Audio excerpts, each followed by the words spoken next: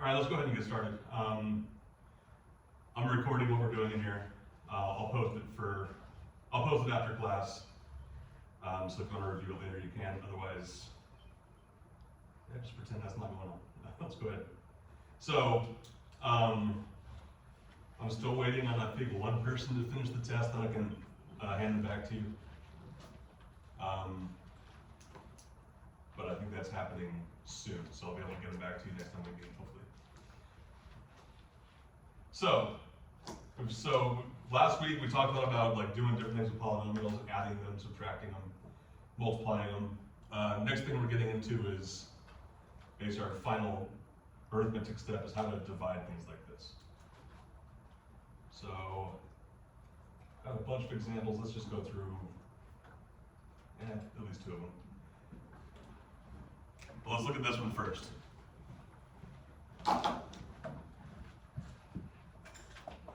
So 54a squared b cubed.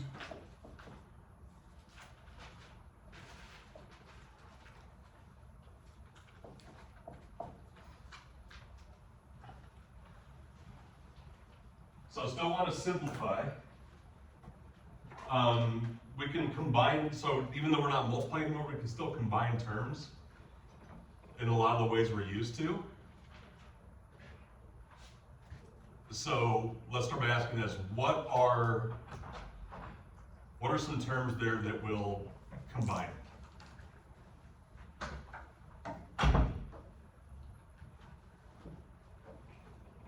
So basically in the numerator I have 54 times a squared times b cubed.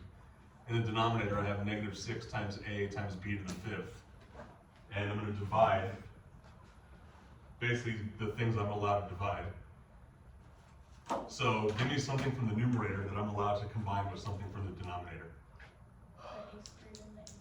A squared and a combined, so they have the same base. They have different exponents, so let's deal with that first. What is a squared divided by a? Do you add them or subtract the? So when we multiply, we add, right? So let's kind of go back to the basics. What does it mean if I square a? A times a. That's a times a, right? So I can rewrite this as a times a over a. So I got a times a, and then that's divided by a. So then what's left? 1a, right? Because a divided by a cancels. So what I'm left with is just a, or a to the first power. So so when we're dividing terms that have the same base, we can subtract their exponents. So a to the 2 minus 1 basically is what's happening here. So that a is combined, so all I have left is a. What else will combine up here? B3 and B5. So b to the third over b to the 5 will combine. How?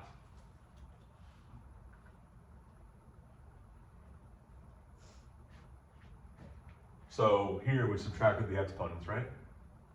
Can we do the same thing here? They have the same base, which is b. What do I get when I subtract the exponents? Negative 2. Negative 2. So this becomes b to the negative 2. Or if we want to write that with a positive exponent, we can call that 1 over b squared. Either one of those is fine. So we've dealt with all the variable stuff. What about the 54 and the negative 6?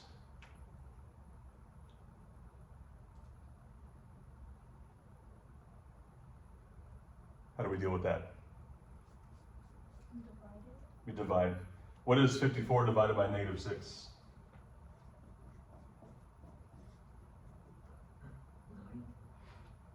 Negative 9, yeah. So in combining all the things we're allowed to combine, we get negative 9 times a times b to the negative 2. And that's about as far as we can go with that.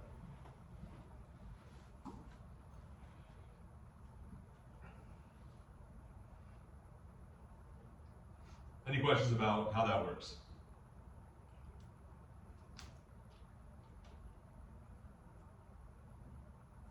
All right, let's look at this one.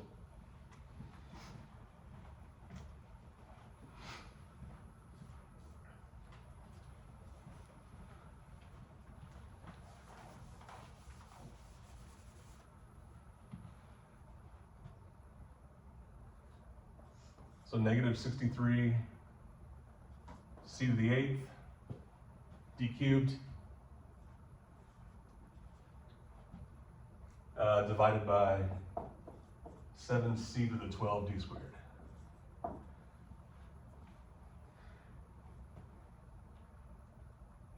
So when was the last time you used that divided by symbol? Has it been a while? So how can we rewrite this? Like, I can write this as a fraction, but I want to make sure we know what gets divided by what. Would it be the negative 63 C8 over Yeah. 7? So yeah, this divided by this is equivalent to this over the thing I'm dividing it by. So yeah, be ready to interpret like both of those ways that it's written. But it's probably at this point more comfortable for most of you to package it like that.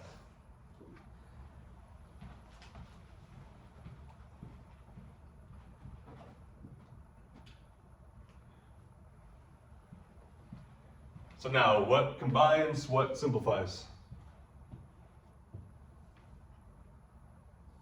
The C to the 8th power and C to the 12th. Right, so what happens to the c to the 8th and c to the 12th? It's negative 4. So that part becomes c to the negative 4.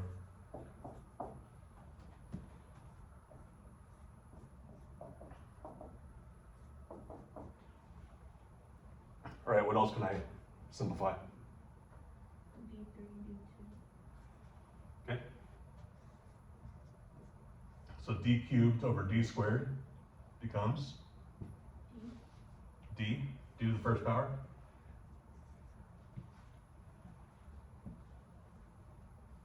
And finally the negative 63 and the 7.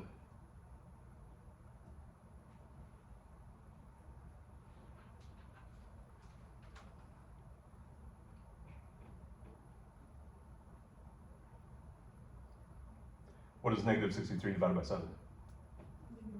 Negative 9 again?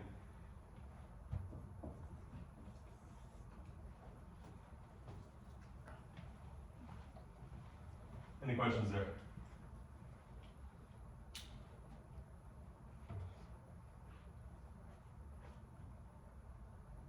Okay.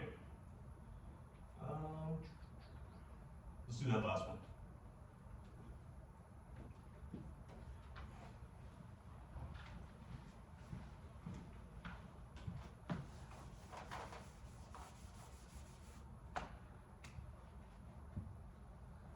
So 10m to the 5th,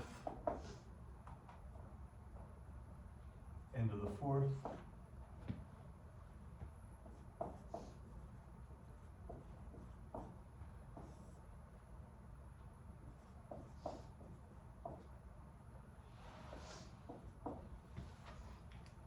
Okay, so now we have multiplication and division both happening here.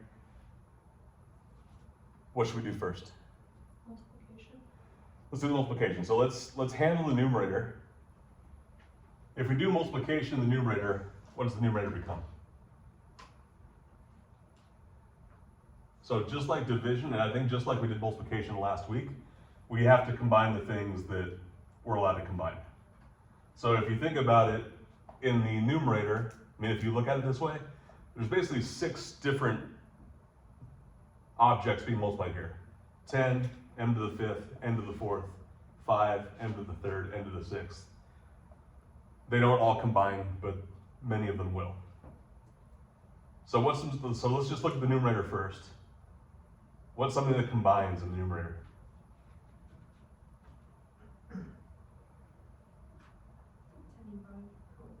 So the 10 and the 5 become what when you combine them? 50. So 10 times 5 is 50. Good. What else?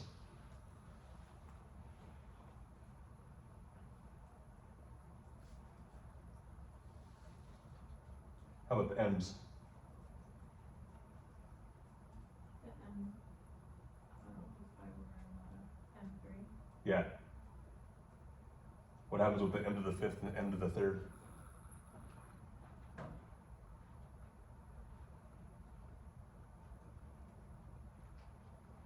Would be M8. End of the eighth. Yeah, so when we're back, now we're back to multiplication for a bit. Now we're adding the exponents. So end of the eighth. And what about the ends?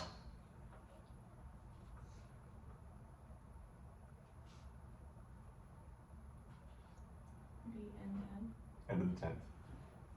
Again, adding the exponents when the bases are like. So now we have our new numerator, 58 times m to the 8th, m to the 10th, over 25, m to the 7th, m to the 5th. And basically we're combining, a similar set of 3 pairs. So what combines here, now that we're dividing?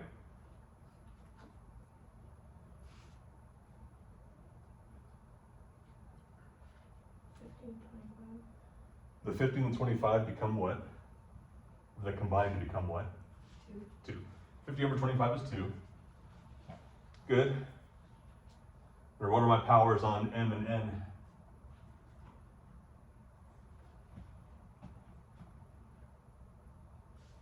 Would just be M.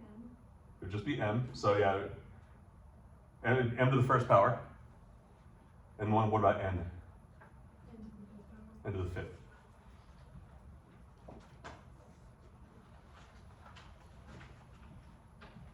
So yeah, now that we've seen addition, subtraction, multiplication, division, we can all theoretically see them all at once.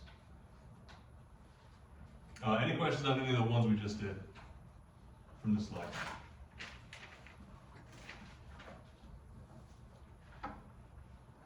Yeah, I'm trying to figure out why my presenter view isn't happening.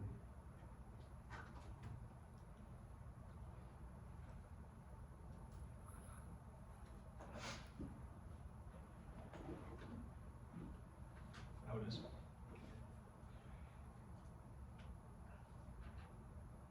So now what if we do some addition first?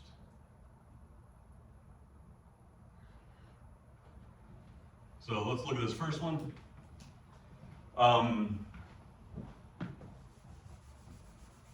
I am going to rewrite this as basically as a fraction. So 18 x cubed y minus 36 xy squared all over negative 3xy. So before we deal with this, let me show you a parallel example. What if I have like 4 over 7 plus 3 over 7? Are we allowed to add fractions like that? Why are we allowed to add fractions like that? Same denominator. So when you have fractions with the same denominator, how do we add them? Yeah, basically, the denominator remains the denominator, but this becomes basically 4 plus 3 over 7, right? So the denominators basically tell you that you're allowed to add the fractions together, but then all the addition you do is based on what the numerators are. So the reason I showed you that is that allows us to basically break this down. So basically, I did this calculation from left to right, but I'm basically going to do the opposite now. I'm going to rewrite this as 2 fractions. 18x cubed y over negative 3xy minus 36xy squared over negative 3xy. So the fact that we're allowed to break that fraction down into two simpler ones, hopefully makes it a little easier to simplify. So now we're basically doing what we just did in the last slide a pair of times. So how does this fraction simplify? 18x cubed y over negative 3xy.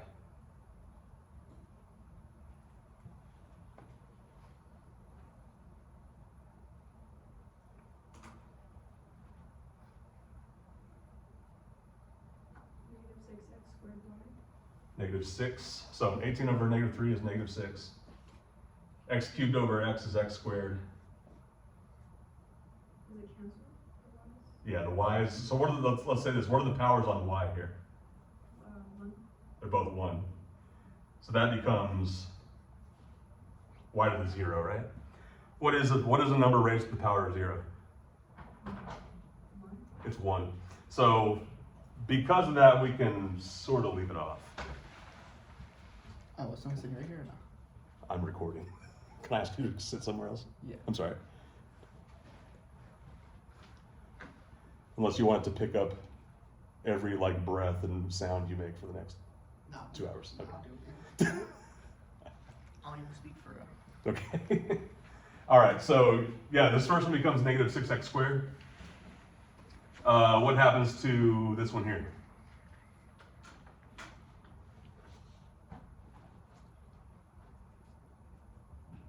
the right one, like 36 divided by 3. Yeah. 12. So it's gonna be 12, positive or negative 12? Negative. Wait, no, positive because it's already negative, right? Yeah, so that's a little bit tricky here, but you have negative 36 over negative 3. So I have a negative divided by a negative, it's gonna become positive 12. So I believe the coefficient is 12. And then what else? Just y. What happens to the x's? Cancels out. The x's cancel, and then y squared over y is y to the first. Any questions there? So the big thing I want to emphasize, I mean, we broke this down as two fractions, which you're allowed to do. Basically, it's just all the fractions you make from here are going to be based on like what's added together or what's subtracted together in the numerator. But that's something you're allowed to do.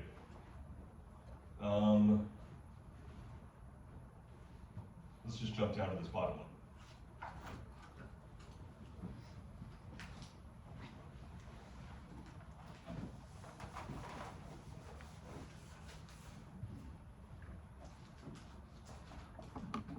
So now if I wanted to, how many fractions would this split up into? 3, how come?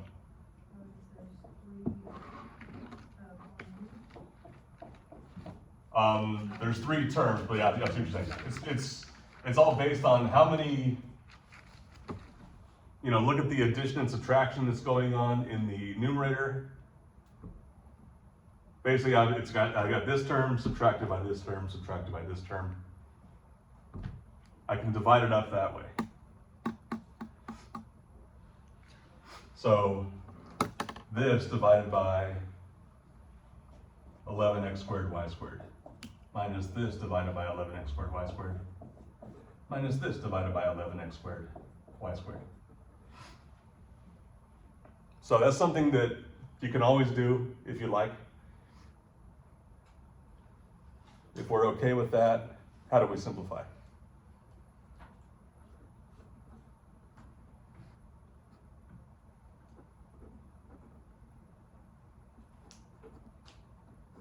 So let's take it a fraction at a time. What happens here? Change you 6. Coefficient is 6. 66 over 11 is 6.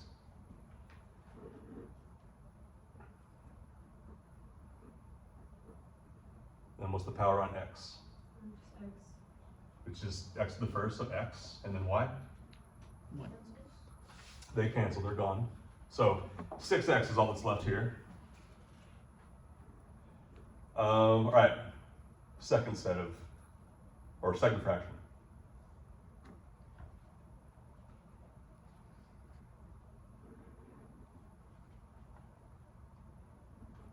10, right?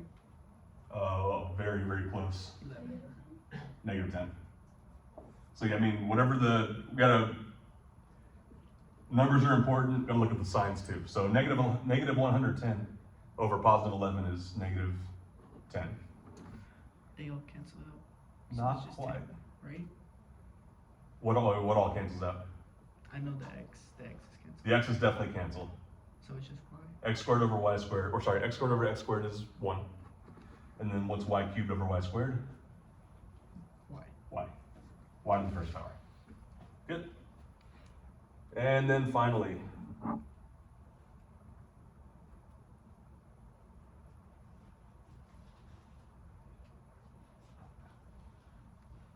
4. almost 4. Negative 4. Negative 4. And then the powers on x and y. X squared? X squared. And y. Y we're just one. Yeah, it's y to the first power. So I think that's as far as we can take that.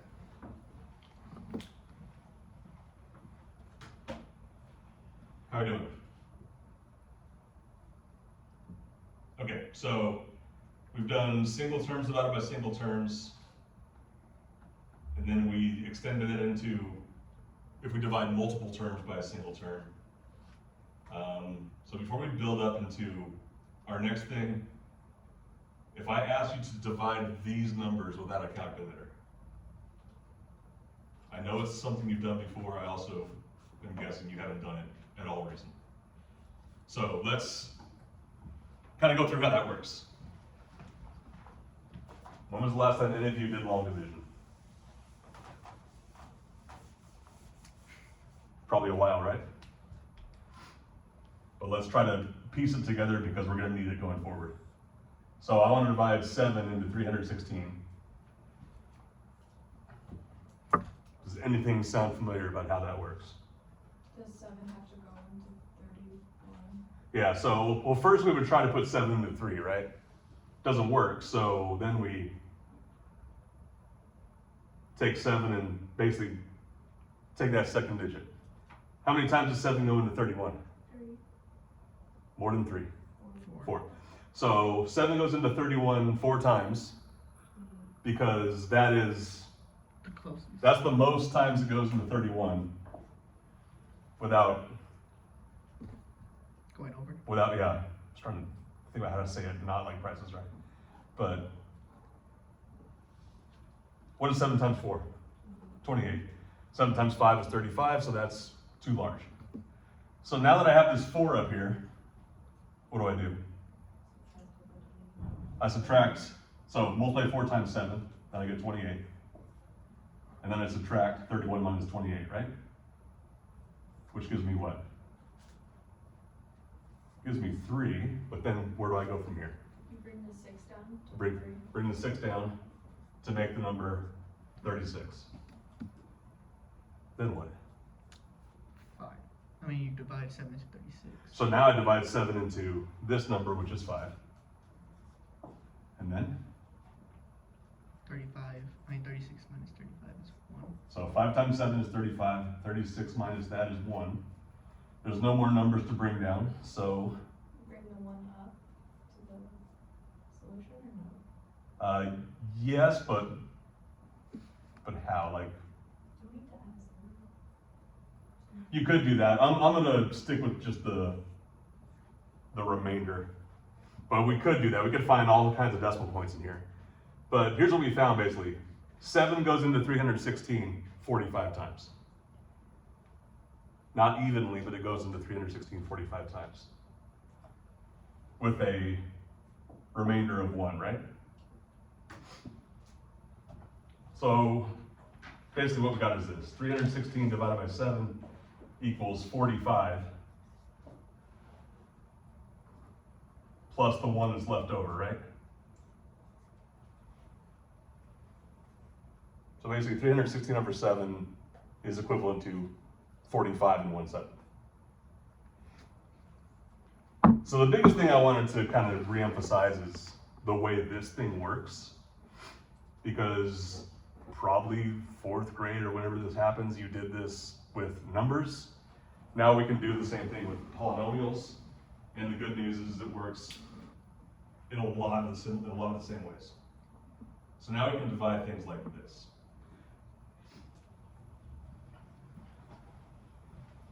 So I'm still gonna have this, like, this structure. But now we gotta be sure what goes in it. Because basically I'm dividing one set of parentheses by another. How do I know which one of those two goes in here?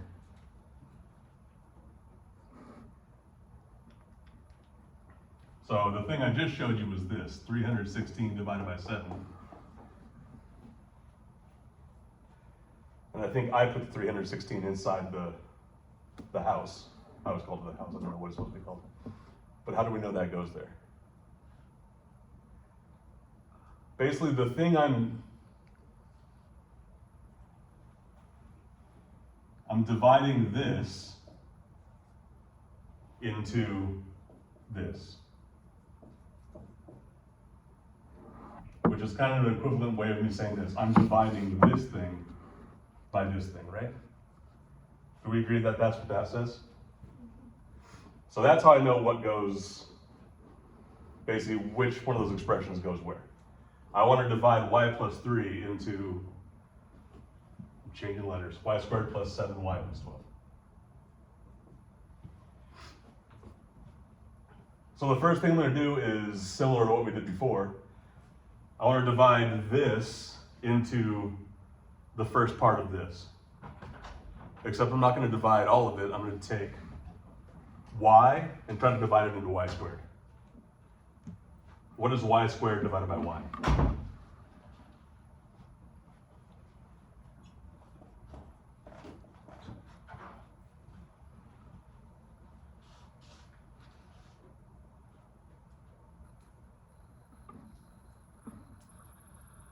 So I'm dividing powers of y by each other. What do I do with those exponents? It would just be y. So I'm going to put a y up here. And then what do you do directly after you put a value up there? I wish I had enough board space to leave the other thing I just did up here. We multiply this by this, right? So that becomes y times y is y squared. Y times 3 is 3y. After I write this here, what do we do with it? We didn't add them, it was close. We subtracted. So from here, now we're going to subtract and get something new. What is y squared minus y squared? Nothing. They cancel out. What is 7y minus 3y? 4y. 4y. So now I subtract and I get this.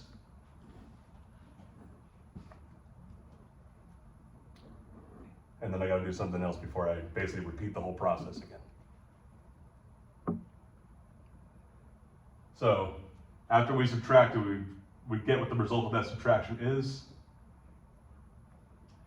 And then we brought down the next digit, right? So now we're going to bring down the next term. So that's basically one complete loop of what we have to do. Now we're going to go start over by dividing this y into 4y. What's 4y divided by y?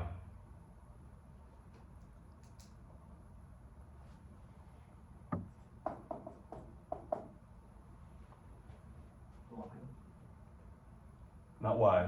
What's going to happen to the y's there? They cancel. It becomes 4. So y plus 4. What do I do with that 4 now that it's there?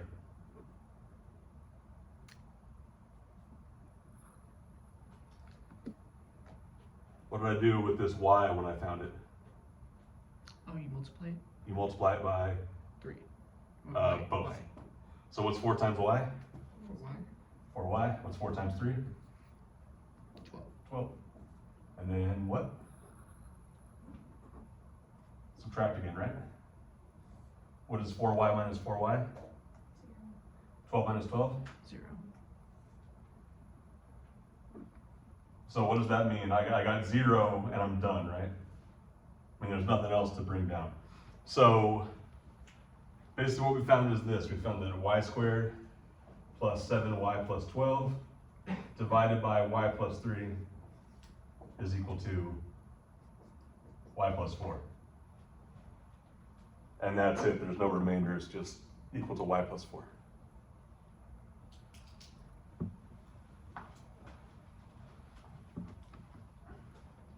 So we'll go through a couple more of these. The process is repeatable, but it's going to be strange to adapt it to things that aren't purely just numbers like the way you're used to seeing this. Any questions about this first one? Right, let's go again.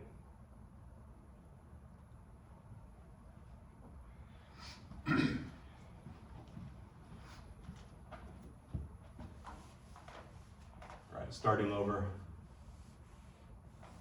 What goes where? Where does the q squared plus 2q plus 20 go? Underneath this thing or outside?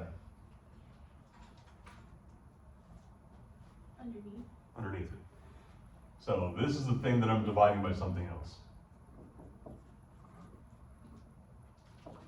So this thing is called the dividend, and the thing I'm going to divide it by is called the divisor. The divisor goes out here, dividend goes up here, or goes under here, and then our answer will end up here. All right, so where do we begin?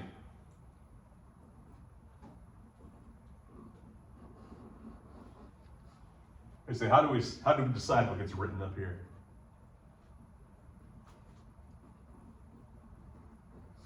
So this first part is probably where the biggest difference exists between this kind of division and if you're just dealing with purely numbers.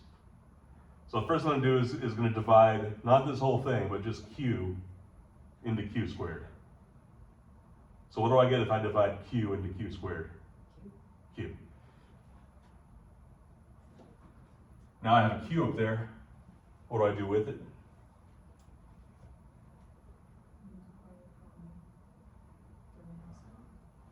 Multiply it by this. So what do I get when I multiply q by q plus 6? Yep. Q squared plus 6q. Good. Now what do? So I'm going to subtract straight down. And when I subtract, what do I get? What's q squared minus q squared?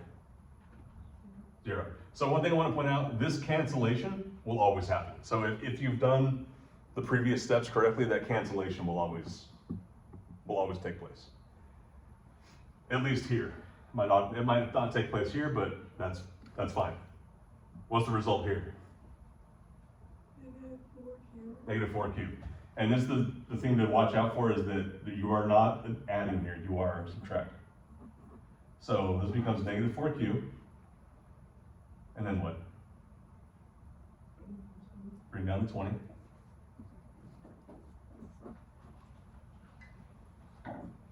So that's one term through this. So how do we restart? Divide q by negative q. Right, what do we get?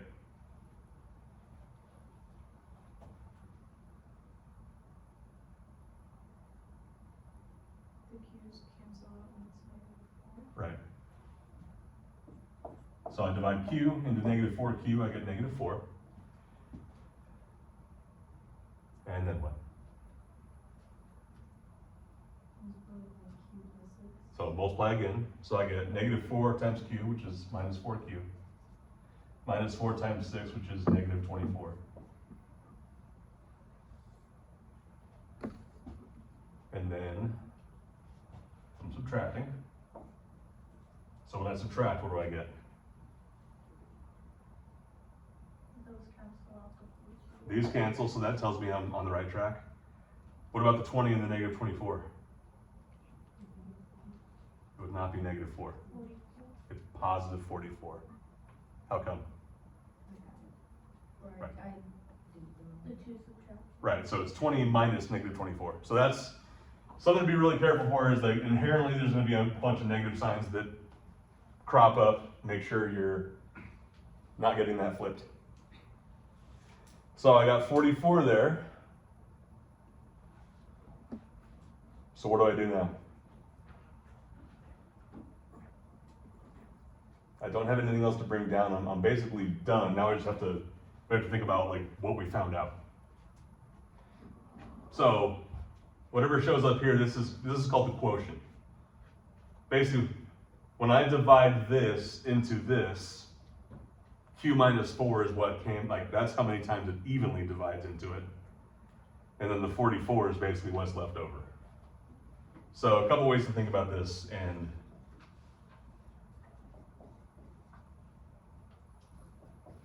so this q squared plus 2q plus 20 divided by q plus 6 is equal to q minus 4, but with a remainder of 44. So plus 44 over q plus 6.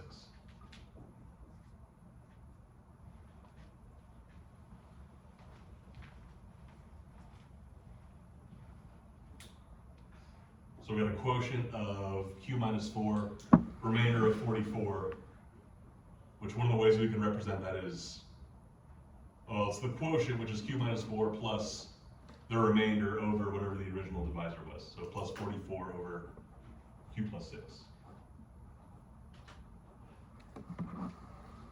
How we doing?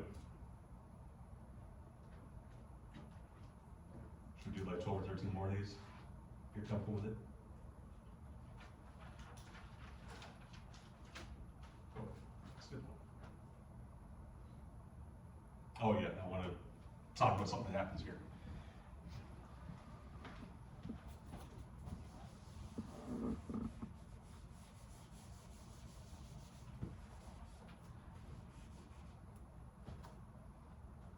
So let me give you a parallel example before we go through this. What if I wanted to divide this number, 1407, divided by 5?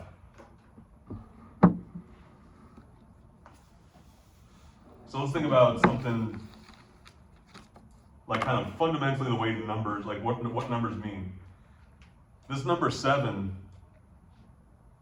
like has a value of 7, right? Maybe that sounds kind of arbitrary, like sounds like basic, but what does this number 1 represent?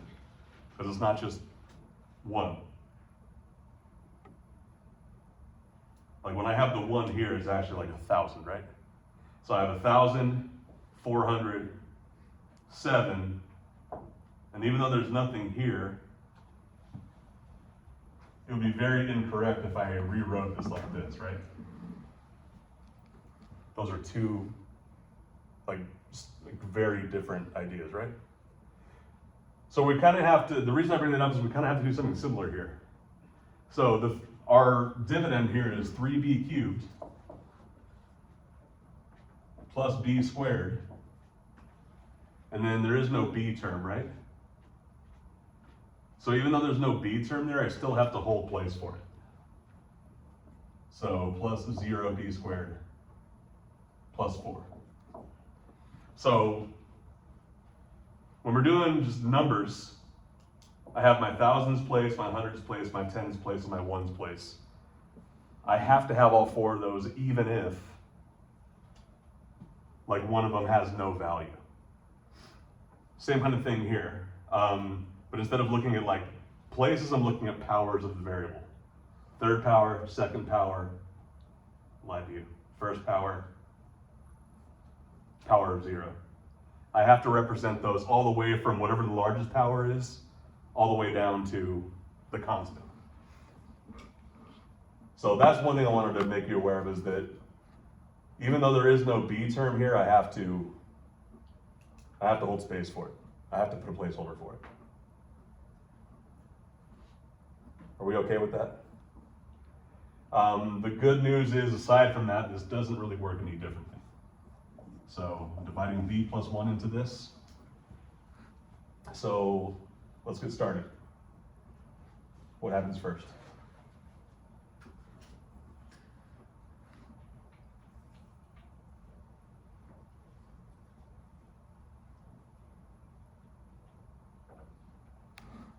Times B goes into 3B.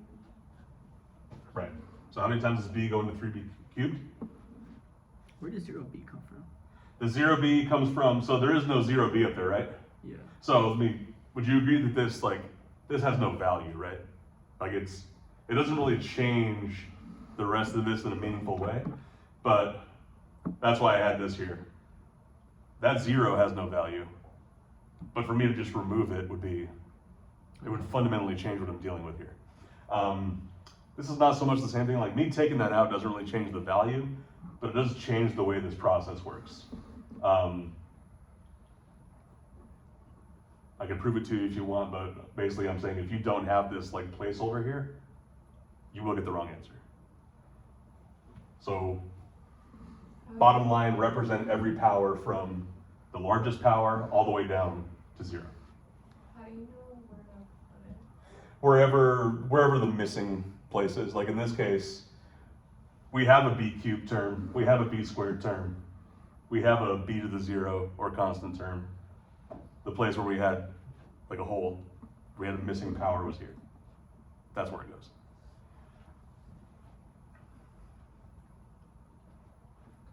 All right, so how many times does b go into 3b cubed?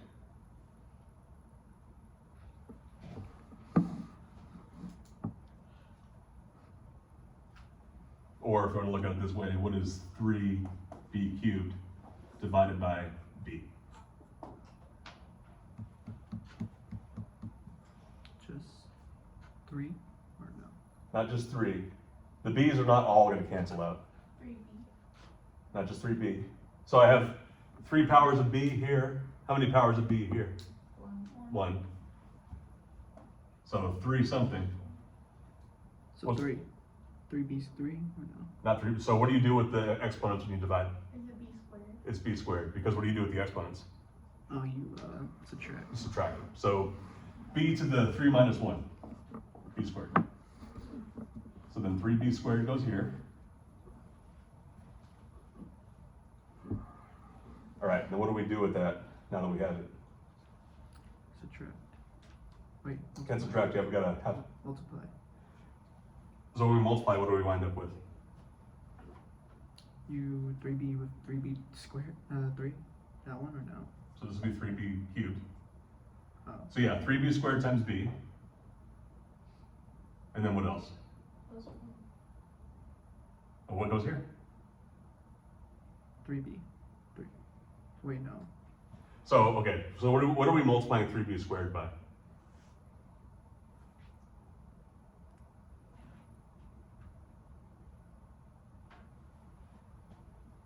We have to multiply it by the divisor, both terms in the divisor. So what's 3b squared times b? 3b, 3. Yeah.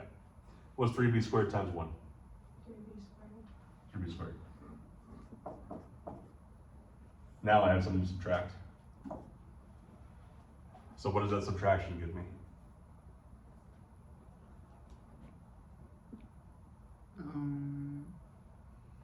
Those cancel out. These cancel out, which is a good sign. 2b. Or no? Not 2b. Negative. Negative what? Negative 2. Negative 2 what? b. Not just b. B squared. So we're adding these things, or b squared minus 3b squared. But what happens to the exponents when you add? They combine. They stay the same. So when you're adding b squared and negative 3b squared, the fact that you're allowed to add them at all is because the exponents match. But the exponents don't change. So yeah, all this subtraction gives me negative 2b squared. And then what?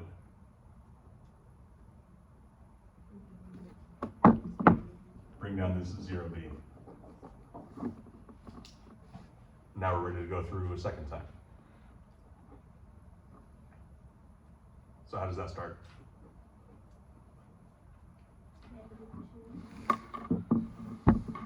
almost, negative 2b. And then I multiply negative 2b by b plus 1, so I get negative 2b squared minus 2b. Subtract. And what comes out of that subtraction? The first pair cancels. And then 0b minus negative 2b? Negative 2b. Or no? Not quite. Again, there's so many negative signs. It's positive 2b. 0b minus negative 2b. So 2b and then plus 4. All right, we're almost there. Now what?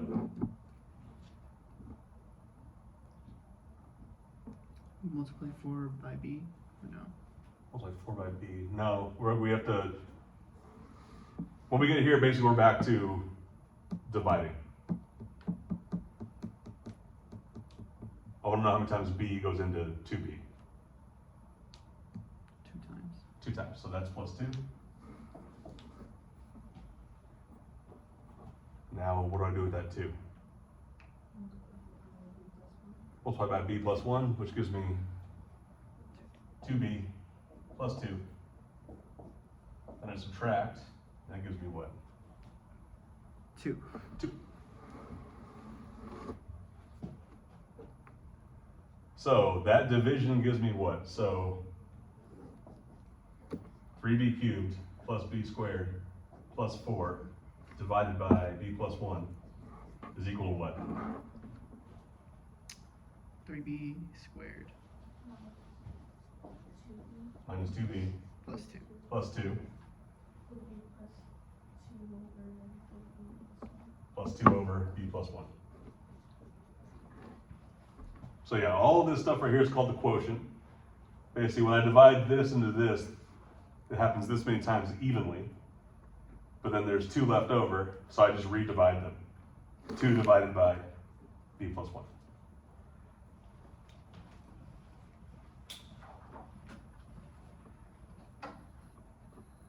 So a couple things about long division. It's one of those things I think where the individual steps you're taking are not terribly hard. But if I ask you to do something relatively simple a couple dozen times, you might make a mistake. And the biggest place for mistakes might happen is losing track of how many negative signs there are. Because when you're subtracting, like you might have a triple negative or a double negative. So that's the biggest thing to be careful of. How are we doing? Okay, so what if we bring back our function notation? So I have 2 functions here, f of x and g of x. What does it mean if I ask you, if I show you this? So parentheses f over g of x. So I don't think I've shown you this before, so let me kind of explain by definition what this says.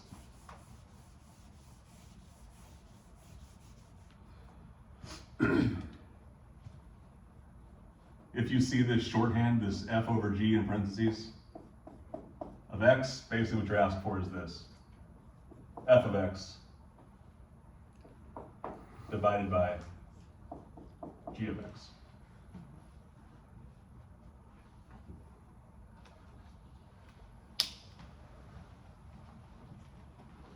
So this is basically what we're being asked to do right now, is to divide those 2 expressions I just gave you.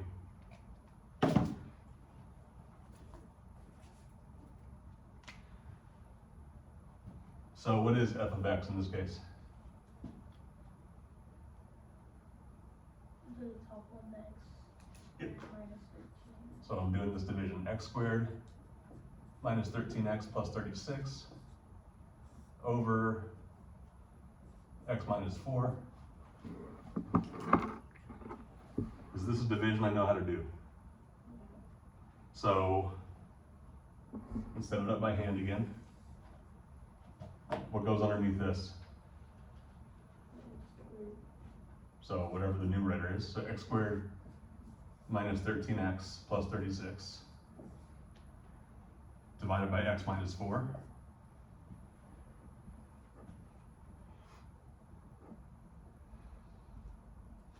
So again, this is division we've done quite a few times now, but I wanted to like put this functional wrapper around it.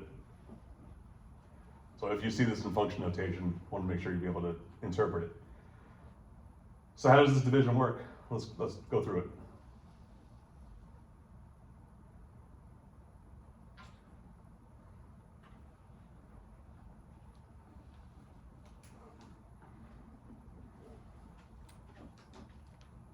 X.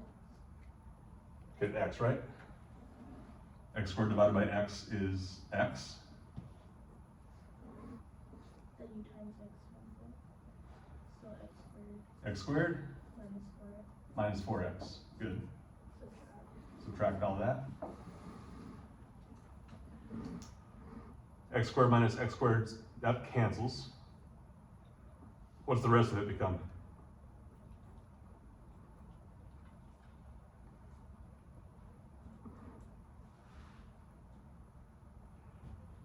And if it helps to kind of write it out separately, so negative 13x minus negative 4x.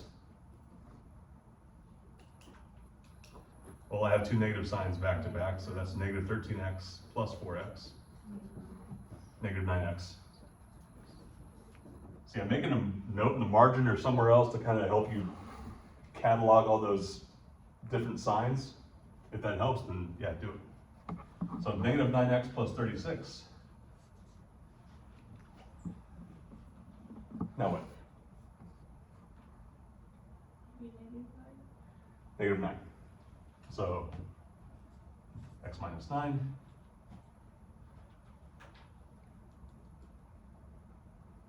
All right, where do we go from there? Times the negative 9 times x. So minus 9x plus 36. Subtract, what happens? It cancels out. What does? The negative 9x. That cancels? What about over here? That cancels. That cancels too, so I get 0.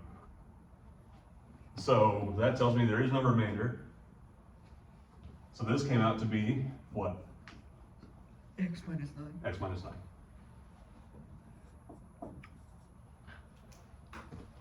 So that's, in general, for these two functions, what f over g of x is. So now that we have that, I should be able to ask you what this is. What is f over g of negative 1? You negative x plus 1. What's that? Wait, are you? Oh, never. So it's negative 1 minus 9. Right, so if f over g of x is x minus 9, then how do I find f over g of negative 1? You said minus 1 minus 9. And the reason that works is because I can now plug in whatever this specific value is for all my x's, which is how function notation works. So this up here is generic. This works for any x.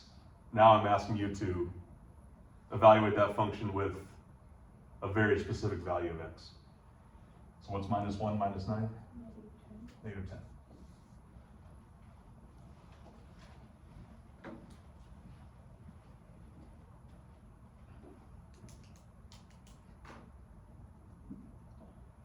How are we doing?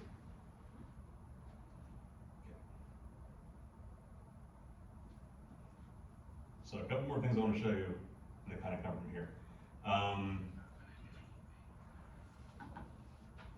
I want to find the remainder from this division.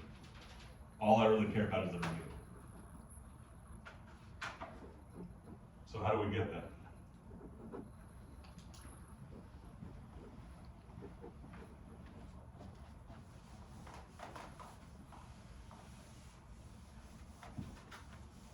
So if I want the remainder from these two, or from this division, I basically have to do the division. So x cubed plus 8x squared plus 21x plus 18 all over, or sorry, all divided by x plus 3. So let's run through it. How do we start this division?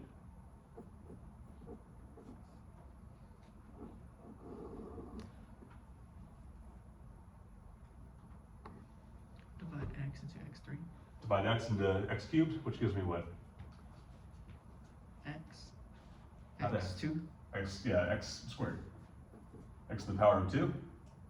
And then what? Multiply x2 into x. So that's x cubed. And 3, x3 into 3, or no? No, multiply, so you multiply x squared by both of these. Yeah, So x squared times x is x cubed. X squared times 3 is what? 3 squared, 3x squared. 3x squared. Good. So now we're subtracting. So the x cubes cancel, which is good. What is 8x squared minus 3x squared? 5x squared. So 5x squared plus 21x, after I bring that down.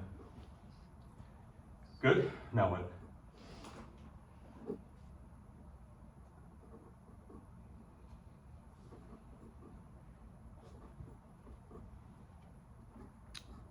Isn't it 5x into x, or no? All the way around, but yeah. So what is x divided into 5x squared? 5x. 5x. And then I multiply that by x plus 3. So 5x squared plus 15x. The 5x squareds cancel. 21x plus 15x, or 21x minus 15x is 6x plus 18.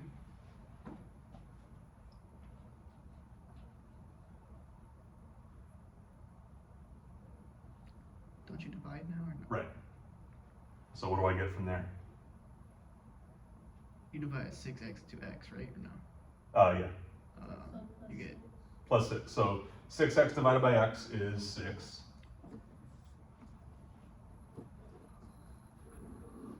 And then I multiply, so I get 6 times x is 6x.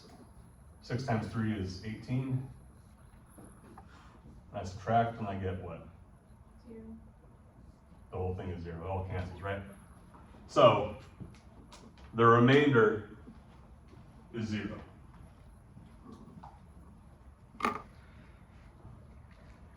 But what if instead I asked you this, like, so given this function, so f of x equals x cubed plus 8x squared plus 21x plus 18, that's basically that first bracket.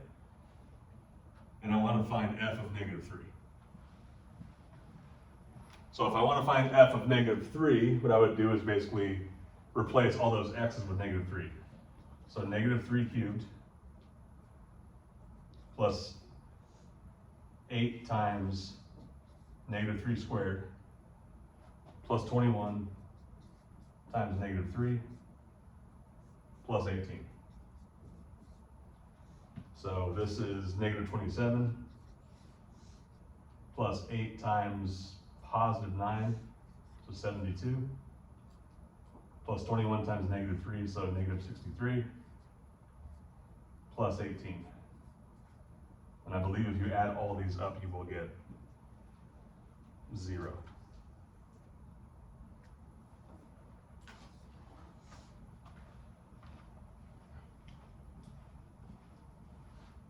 So the reason we're going to do this is because there's a very close relationship between the remainder of a division and us just plugging some number in for all the x's. So as long as you pick the correct number, those are always going to come out to be the same. So when we divided by x plus 3, we got a remainder of 0. When we plug in negative 3 for all the x's, we got 0.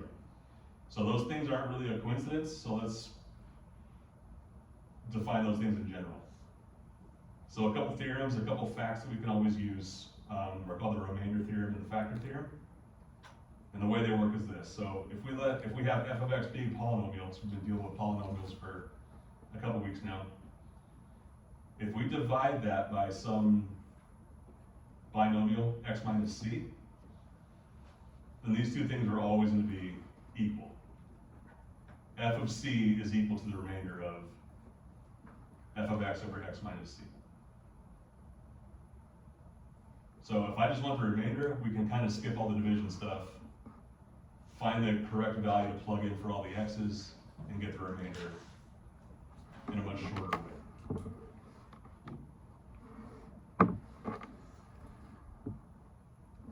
If that remainder is 0, then the thing you found is a factor. So when we talk about factors, let me give you a couple examples here.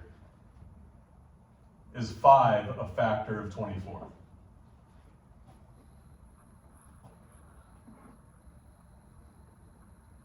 Does 5 divide evenly into 24?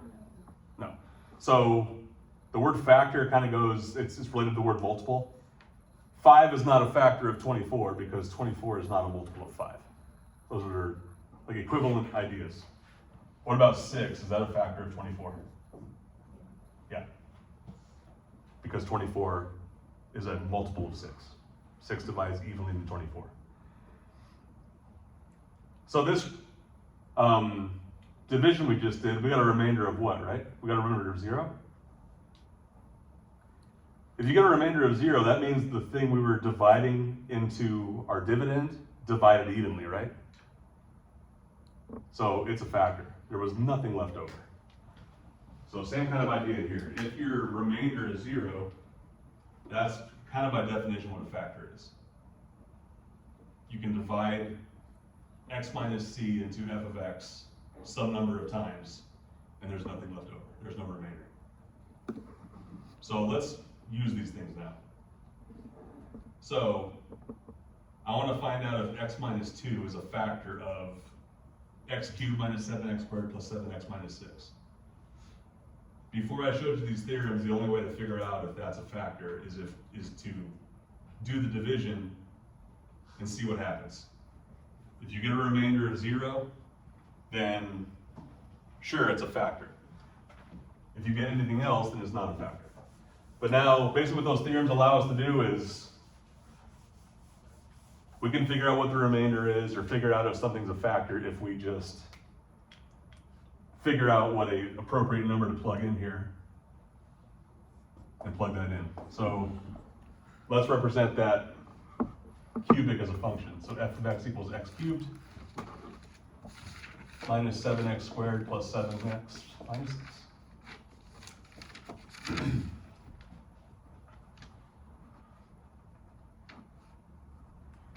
And I want to basically, I'm not going to divide it, but basically what I'm talking about is this. If I divide f of x by x minus 2, I want to know if there's a remainder from that. But I would like to do that without actually doing any long division. So what that factor theorem showed us is this. F of x divided by x minus 2. So the remainder of this I can get by finding this, f of positive 2.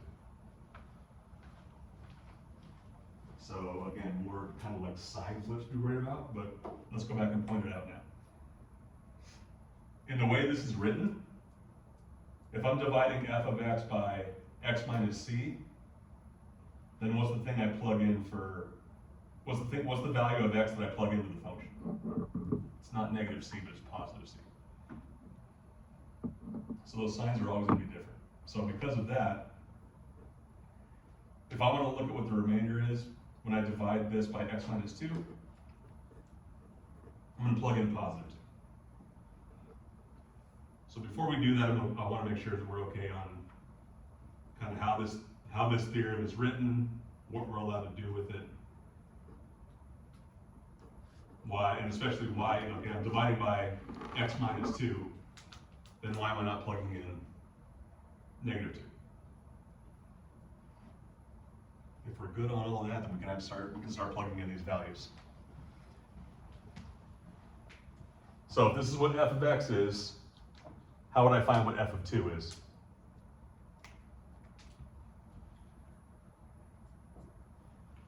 You plug it in for x. Plug it in for all the x's, yep. So 2 to the power of 3 minus 7 times 2 to the power of 2 plus 7 times 2 minus 6. So 2 to the third power is 8 minus 7 times 4 plus 7 times 2, which is 14. So 8 minus 28 plus 14 minus 6.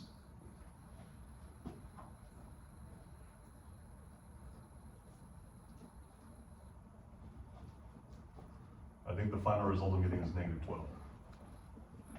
But double check.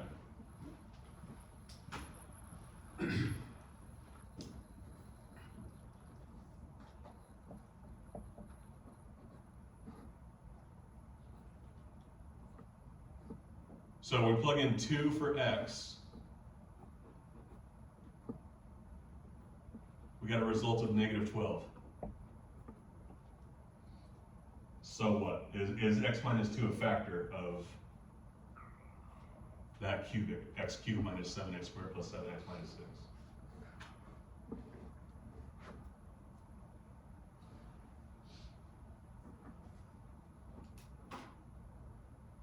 Is the smaller one a factor of the bigger one? So let's remind ourselves of what we found. Basically, by plugging in 2, we got that division, if we were to go through with that division, it would have a remainder of negative 12. So the fact that we had a remainder of negative 12, does x minus 2 divide evenly into x cubed minus 7x squared plus 7x minus 6? It does not divide evenly into it, right? So is it a factor? No. So the fact that we got a remainder, it doesn't really matter that it's negative 12, it matters that it's not equal to 0. That's what means it's not a factor.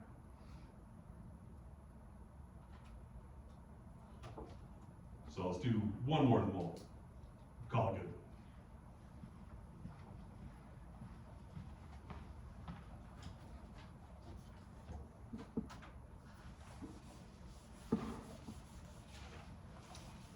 So now I have a new polynomial, x cubed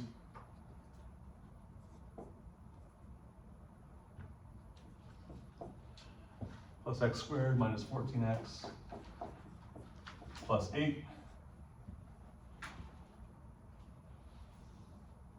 And I'm asking about this. Basically, is x plus 4 a factor of f of x? We could do the division, but I'm trying to get around that. We can find the remainder if we plug something in for x. What should we plug in this time? Not 4. That's the thing that's tricky about this. Or one of the many things that's tricky about this. Isn't it 3? It's not 3. So if we go back to the last one, I wanted to know if x minus 2 was a factor. So we plugged in what number? Positive 2. It's always going to be the opposite, opposite sign, flip the sign. So if I want to know if x plus 4 is a factor, we have to plug in negative 4. So if we find this value, f of negative 4, that'll tell us what we want to know. So same kind of thing, plug in negative 4 for all the x's. Negative 4 to the third plus negative 4 squared minus 14 times negative 4 plus 8. What is negative 4 to the third power?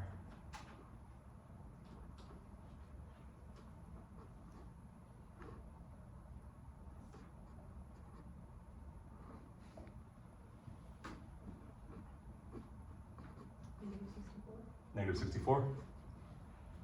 Negative 4 squared?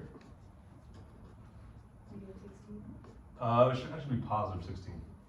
So one thing to be careful of on your calculator, if you enter your calculator like this, what's being squared here? Yeah, so if you're acting like that, the only thing you're squaring is the -4. So if you put it like that, you'll get a positive 16. -14 times -4 is 56. And then plus 8.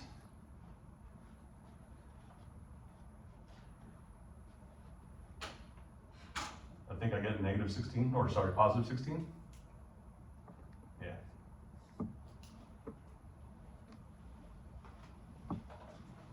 So final result 16.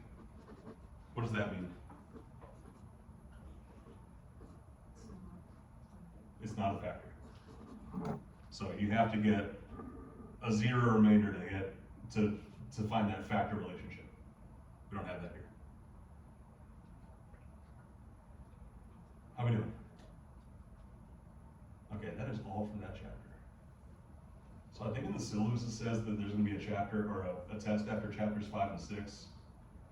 I am probably going to skip that one. Or I'm probably going to take a test off of our agenda, because chapters 5 and 6 and 7 are all very similar. I think it makes more sense to group them all up. All right, so let's get into chapter 6 for a bit. So now that we've done a lot of stuff with polynomials, we're going to stick with polynomials. We're going to do some different things with them. We're going to start factoring, which in a lot of ways is the exact opposite of multiplication if you look at it a certain way, but hopefully that means we can kind of relate the two. So I want to find what's called the greatest common factor of these three terms that I've written down. So 21x cubed, 9x squared, 15x.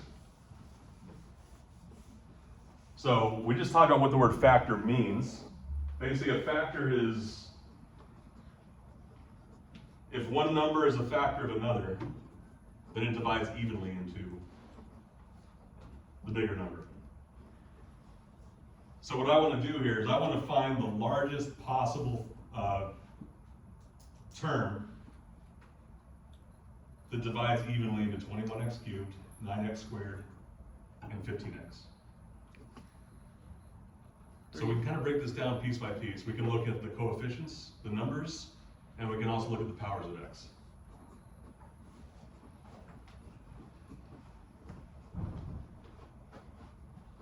What about 21, 9, and 15? Are there numbers that divide into all of those? 3. 3 divides into all of them? Yeah. I agree. Is that the biggest number that divides into 21, 9, and 15? Yeah. Are you sure? You're right. Whenever I ask people if people are sure, they're just like, they get off of whatever their stance was. So like, but how can we know for sure? Do we know what prime numbers are? Here's what we can do with 21, 9, and 15. I can break all of them down into their prime numbers.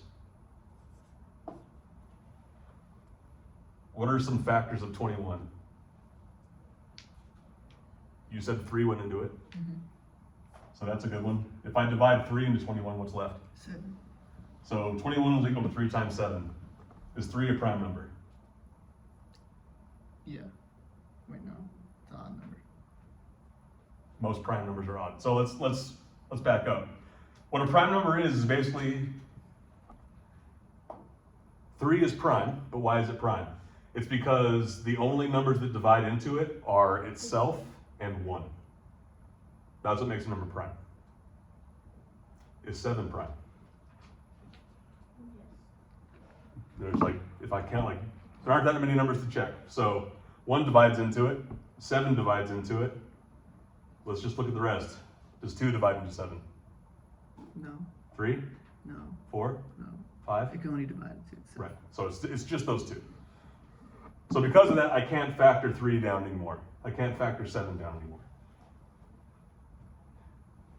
So 21 is equal to 3 times 7. What about 9? You said that 3 went into it. Yeah, 3 and 3. It's 3 and 3, right? We just said that 3 was prime, so we're done there. What about 15? 3 is one of them. What else? Is 5 prime? Yeah. So basically what we have is this. 21 is equal to 3 times 7. 9 is equal to 3 times 3. 15 is equal to 3 times 5. So this is what's called like factoring a number by its primes. Like breaking it down into like basically as far as you can. What's the only number in common from all 3 of these things? 3. 3. So they all have a 3 in common, right? Do they just have one 3 in common? There's one 3 here. There are 2 3s here. There's 1 3 here.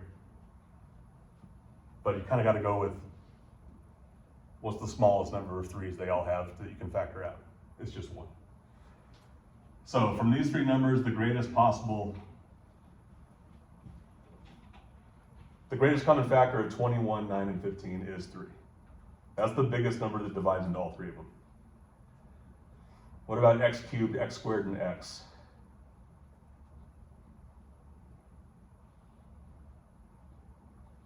Wait, what? So what's the greatest power of x I can divide into? So now we're looking at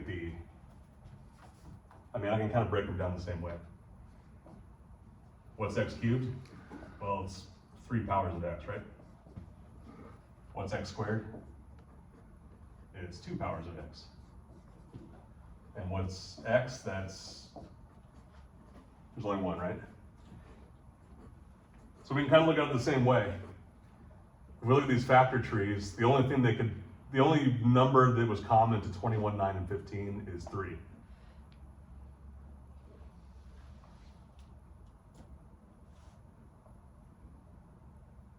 How many powers of x could I divide into all of these evenly?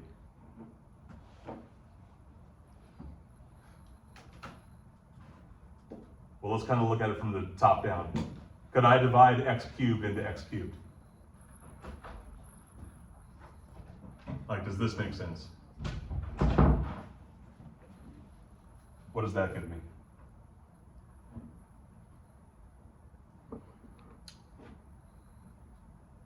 Nothing? 0? Not 0. X. Or just. Oh, wait, no, you're adding them, so x6, right? No, it's not adding. So we're dividing. So it's like this, x times x times x over x times x times x. What happens when we divide something by itself?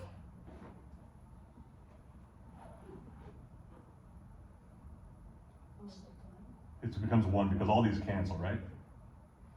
Another way to think about it is this. We're dividing these, they have the same base. What happens to the exponents?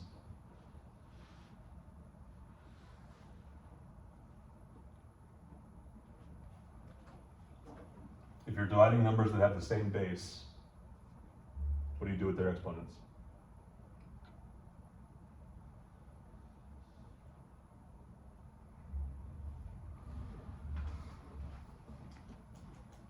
We subtract them, right? So what is 3 minus 3? X to the third over x to the third should become x to the 0, which is 1. So basically, if I try to divide x cubed by x cubed, that divides evenly, it becomes 1. Can I divide x squared into x cubed?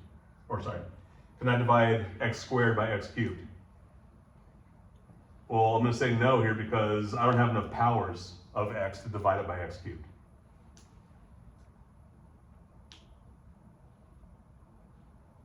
So I mean, this is going to, basically I'm going to get x to the negative 1 here. So when we talk about greatest common factors of the variables, we basically got to go with what is the smallest power there. So among x cubed, x squared, and x, what's the smallest power of x there? 15x? Or no?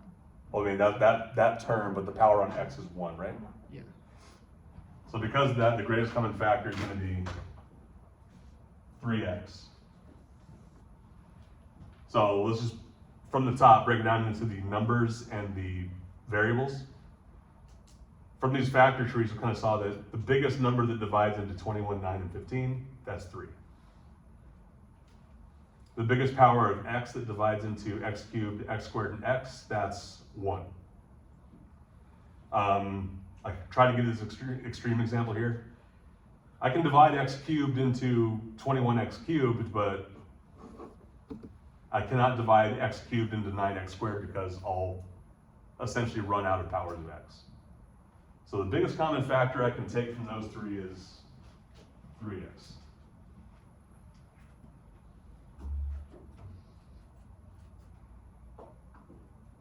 Let's go through.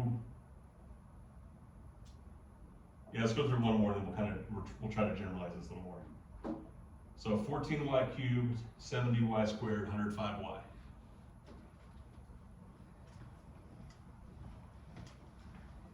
So let's deal with the numbers first. What's the biggest number that divides into 14, 70, and 105?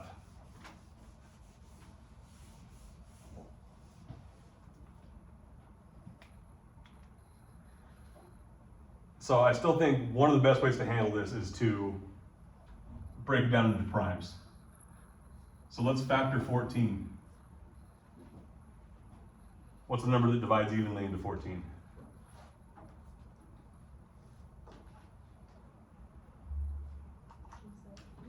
Seven goes into 14, right? If I divide 14 by 7, what's left? 2. Are 2 and 7 prime? Yes, not 2. 2 is. 2 is the only even prime. Basically because it's so small. So one thing we said about primes is it's a prime number if only 1 and itself divide into it. Those are the first two. Those are the first two positive numbers. So because of that, 2 is prime just because like there's nothing else you can really even try to divide into it. What about 70?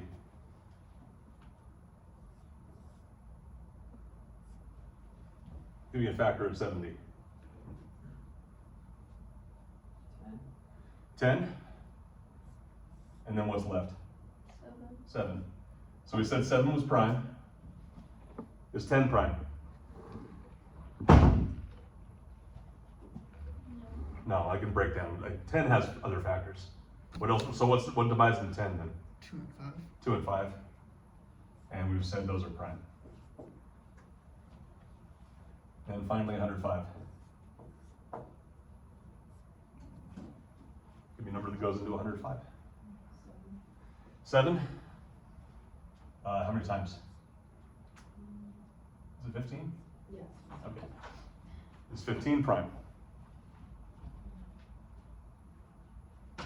Or are there numbers that divide into 15? 3 and 5. 3 and 5? Okay, so here's what we got. 14 is equal to 2 times 7. 70 is equal to 2 times 5 times 7. And 105 is equal to 3 times 5 times 7. So to find the greatest common factor of those three numbers, basically I'm taking all the primes they have in common. So 7, they have 7 in common, right? Is that all? 2. Wait, no. Some have 2 and some have 5. Some have 2, some have 5, one has 3, right? Yeah. But the only thing they all share is the 7. So the greatest common factor of those three numbers, I haven't even looked at the variables yet. The greatest common factor of those three numbers is 7.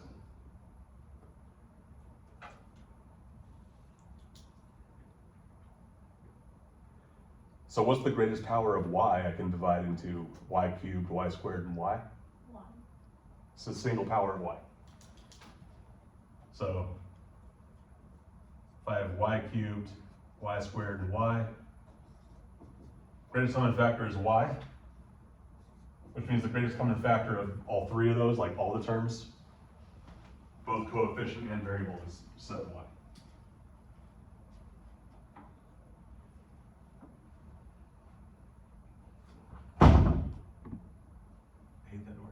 How are we doing so far? Okay. So a little generality behind this. So the greatest common factor of a bunch of terms has to meet these conditions. It divides into each of the terms evenly. So our 7y, does 7y divide into 14y squared, or what, 14y cubed? Does it divide into 70y squared? Does it divide into 105y? So we didn't do that, but I promise you it would. So that's something we'll get into a little bit later. But it divides into each of the terms evenly. It has the greatest possible coefficient. It has the greatest possible degree. So what do we mean by degree? That's like the degree of a term is the sum of all of its exponents. So all the exponents on its variables, that's what the degree is. So for the only two we've looked at so far, the greatest power of the variable we were able to take is the first power, because even though all the terms had y, only one of them, like, they don't all have more than that. They don't all have y squared, for example.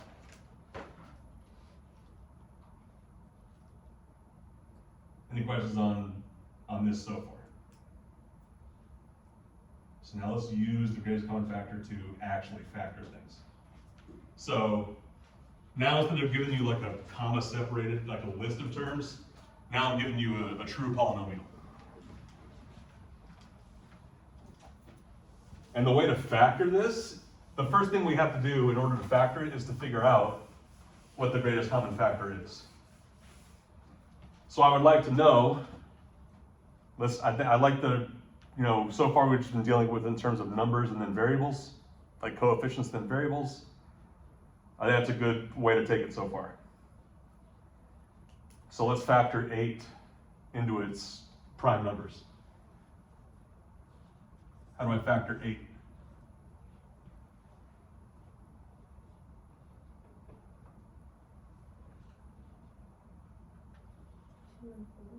Two and four. We've said 2 is prime, is 4 prime. No. What? No. No. What goes into 4? So 8 is equal to 2 times 2 times 2. What is 12 equal to?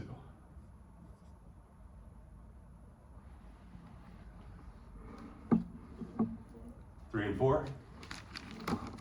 We've said 3 is prime. 4, we've also said is 2 by 2. So 12 is equal to 2 times 2 times 3. And then 20.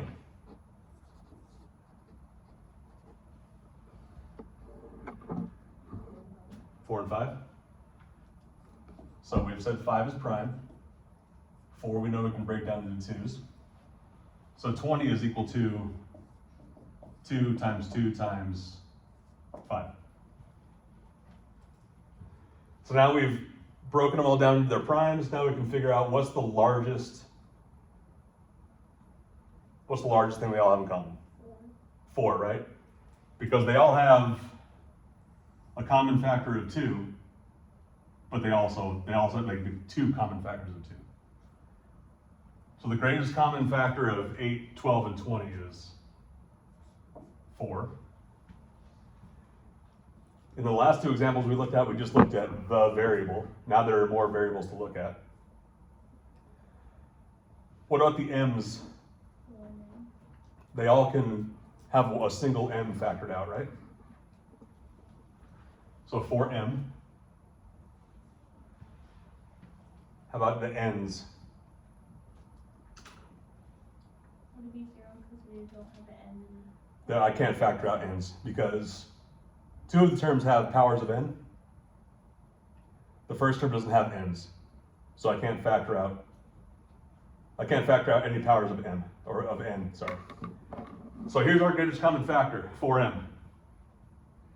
But now we're going to use this to actually factor the whole thing. So the way we do that, factoring is a lot like division, except we're not like, in division, sometimes you cancel things out. In factoring, we don't really throw anything away. So what do I mean by that? So I said it was like division, so let's do the division part. What's 8m cubed divided by 4m?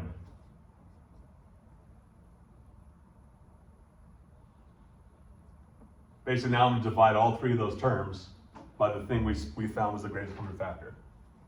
So what's 8m cubed divided by 4m? 2m. I almost Or agree. 2m squared. 2m squared. Good. What is negative 12m squared n divided by 4m?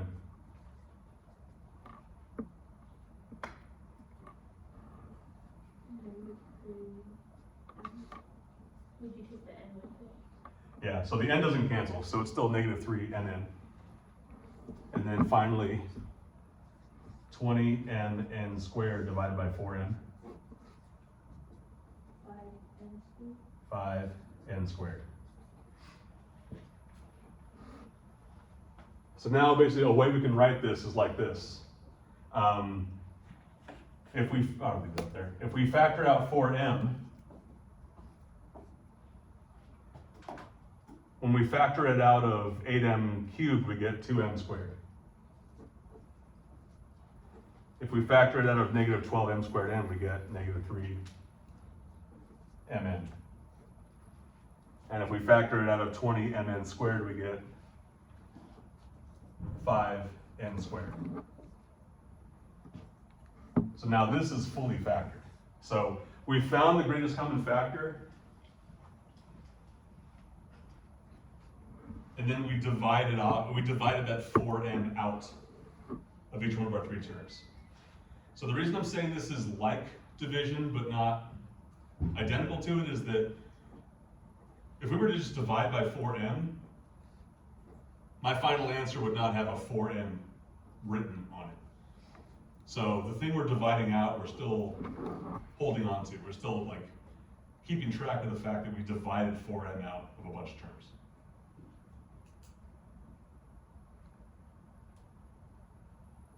How are we doing? Can we go in?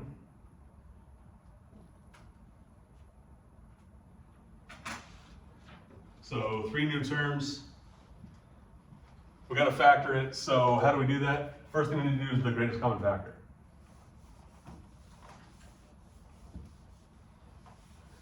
What is the greatest common factor of these 3? 3. Is it 3? Is that the best we can do? Yeah. I think I agree. 3 goes into 9 how many times? 3. 3? 3 goes into 6 how many times? 2. And then to 21? 7. So then the factors you're left with are 3, 2, and 7. Those have nothing in common with each other. So I think the greatest common factor of the numbers is 3, like the coefficients. But then what about the variables? There's no x. I can't include x, how come? Because that one doesn't have an x. The last term has no x's in it. So no, the greatest common factor will not include powers of x. What about y? Y squared. Y squared. They all have at least 2 powers of y. So now that's my greatest common factor. Now I want to factor it out of all 3 of those terms. So if I factor a 3y squared out of 9xy squared, 3x. how'd you get 3x? Divide 9x. Y squared by 3. Right. So since this action's a little bit new, I'll go ahead and write this out. 9xy squared divided by y squared is, well, the y's all cancel. 9 divided by 3 is 3. So that's 3x. Plus 2x. So 6x squared, y squared, over 3y squared. The y's cancel again. 6 divided by 3 is 2. So plus 2x squared. And then 21y cubed over 3y squared is what? 7y. 7y.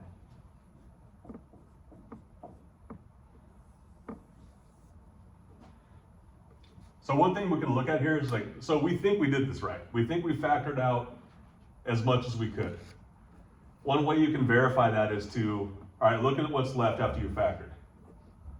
We just said that 2, 3, and 7 are all Like they have no factors in common, right? Other than 1. What about the powers of x? Do they have powers of x in common?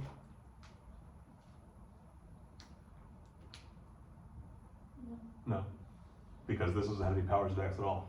Do they have powers of y in common? No. No. So that's a good way to know that we're done, is that basically we try to find another common factor out of here, and the best you can do is 1.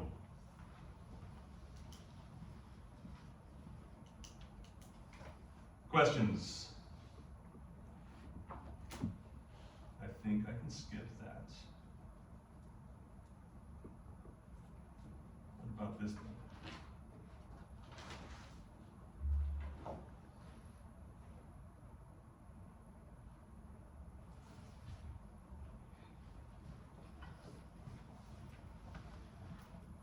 So far everything we've looked at has factors that, like there haven't been any parentheses in our last few examples, but this is another way that factoring can happen.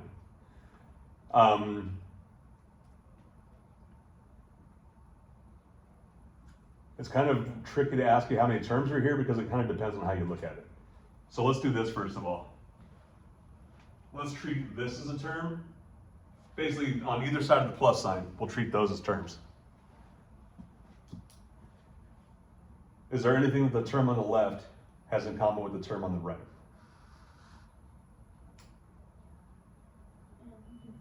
Or the negative 4. Well, I kind of have to take the whole thing.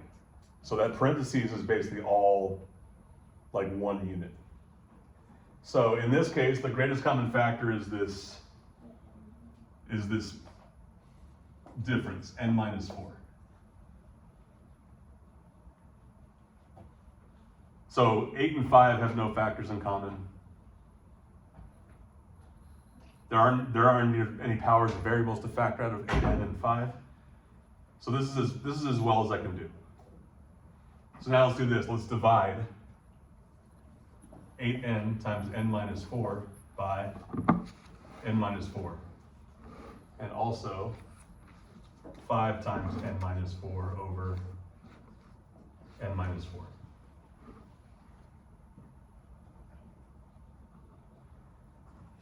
What happens when I do this division? What? Right, so this n minus 4, this bracket cancels out. I mean, I didn't write it this way, but you can. N minus 4 cancels n minus 4. Same here. So if I factor out n minus 4 from the first term, I get 8n. If I factor out n minus 4 from the second term, I get positive 5. So that is fully factored. So the thing I want to emphasize there is that sometimes your factors are going to be these added or subtracted things. They're not always going to be a monomial. Sometimes it'll be a binomial.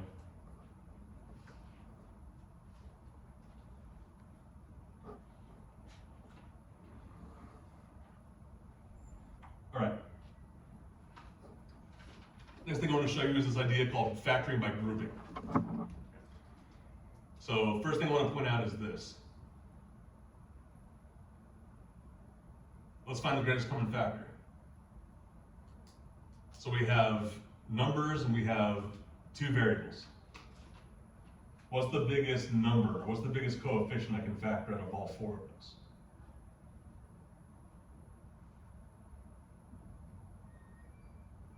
So I have coefficients of 6, 4, and 24. What's the coefficient of CD?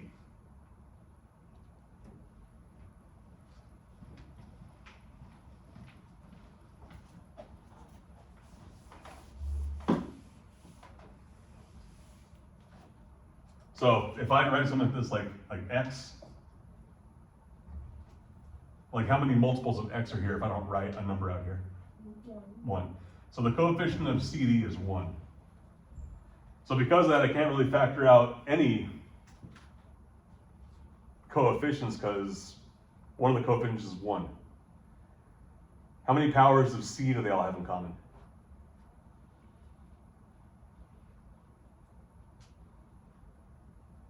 Or do they have any powers of C in common?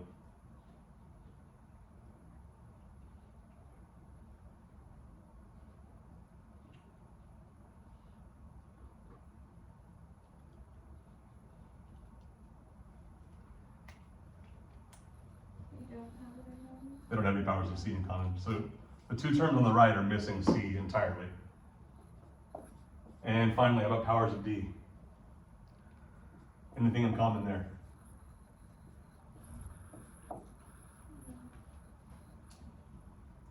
I don't think so. So two of the terms are missing powers of D. So because of that, there's no greatest common factor to take out of this. So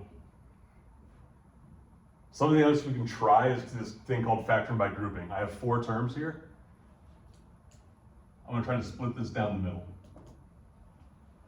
Now I'm just gonna try to find the greatest common factor on the left of this dashed line and on the right of that dashed line. Can I factor anything out of CD in 6C?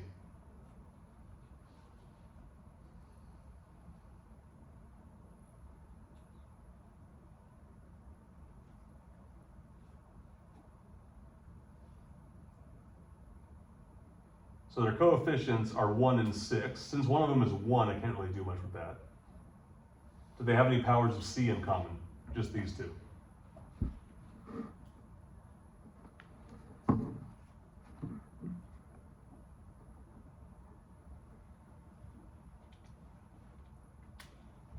How many powers of C here? And over here? So they have a power of C in common. Do they have any powers of D in common? No. No. So what happens when I factor out C? If I factor out C from CD, what do I get? D? D plus 6. So I factored out the left-hand side of that dashed line. How about over here? What's the biggest thing I can factor out of 4D and 24?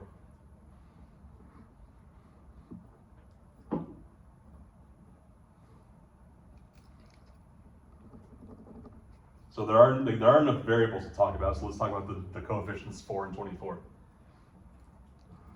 Are there any common factors between 4 and 24? 2? So if I factor out a 2, what do I get? What's left? If I factor a 2 out of 4D, what do I get?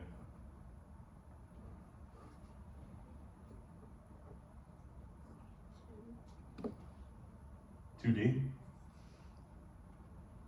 And if I factor 2 out of 24, what do I get? Or what's 24 divided by 2? 12, right? So factoring by grouping works if this bracket and this bracket match, which right now they don't. But one thing I want to point out is this. I can't really factor anything out of D and 6 like that. I think that's done. But over here I have 2D plus 12.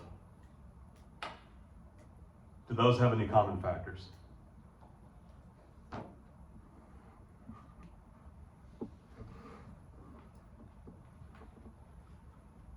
Is there anything I can divide into 2D and 12? 2. I can divide 2 into it again. So what's 2D divided by 2? Just D. D. What's 12 divided by 2? 6. So now I can rewrite, so I get C times D plus 6 plus 4 times D plus 6. So now I've kind of gone from, we started with 4 terms, now we have these 2. Do these 2 terms have anything in common? They have the D plus 6 in common, so I can factor that out. If I factor that out, what is left? C plus 4.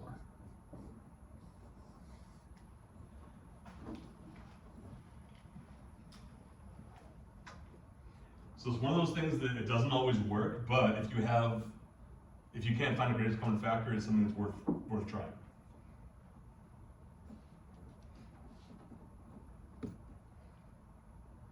Let me throw one more in here like that.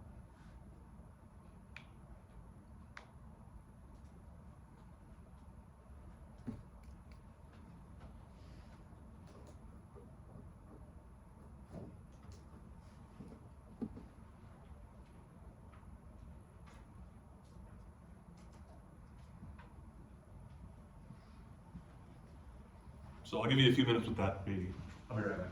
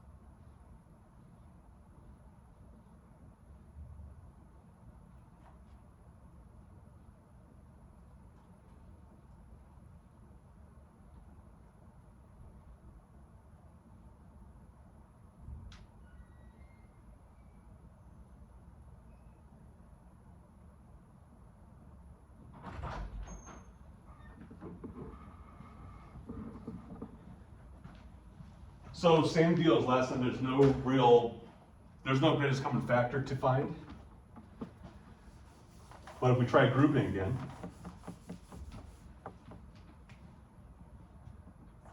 so 6y squared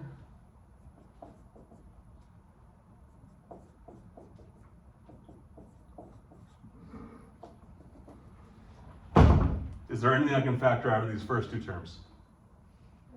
Y. And then what's left if I factor that out? 6y plus 7. What about over here? Plus 4. And then what's left? 6y plus 7. So that's a good indicator that factor by grouping works, is that you wind up at the same set of parentheses. Now where can I go from there? Factor out 6y plus 7. And then what's left? Y plus 4.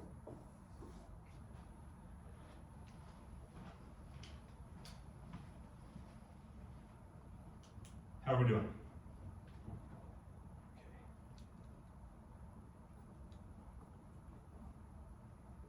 you tell me, I got one more for you, do you need it, or we okay?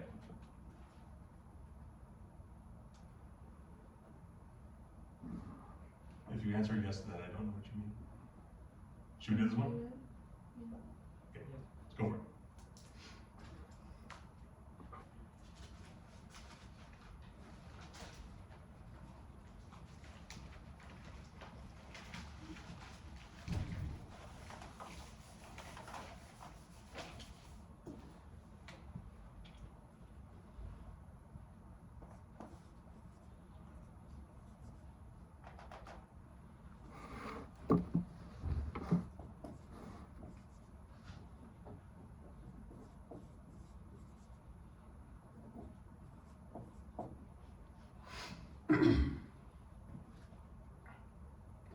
So there are going to be no common factors, at least across all four. So 16q squared plus 20q, what can I factor out of those two? Definitely a q. How about a number, like a coefficient? Is there anything that goes into both 16 and 20?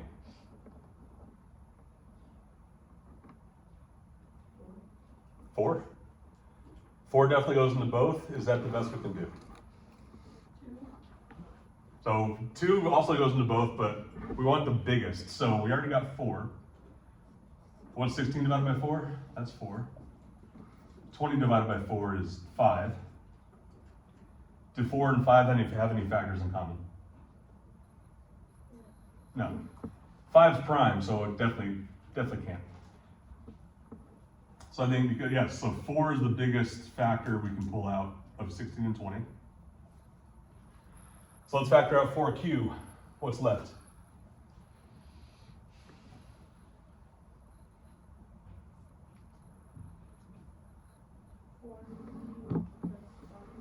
Four q plus 5.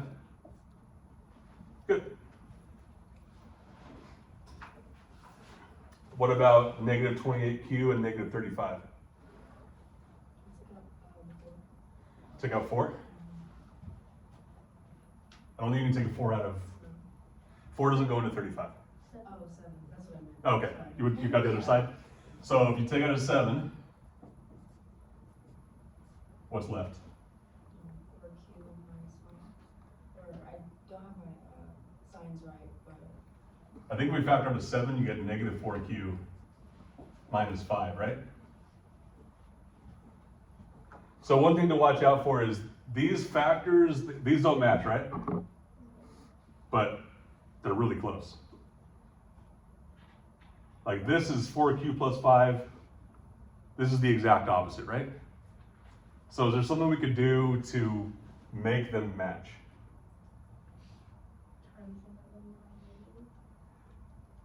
I can multiply one of them by a negative 1, but then I've kind of like, if I multiply part of this polynomial by something, I've changed it. So here's what we can do. We factor out a 7. Let's try factoring out instead a negative 7. If we factor out a negative 7, what do we get from negative 28q? Positive 4q. And if I factor out negative 7 from negative 35?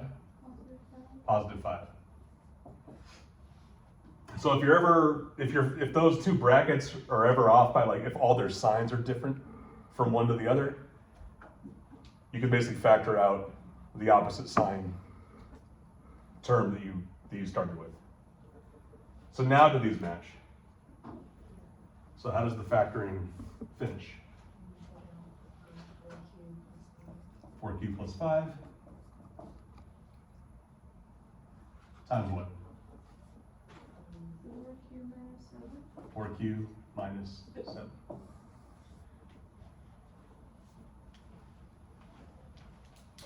How are we doing?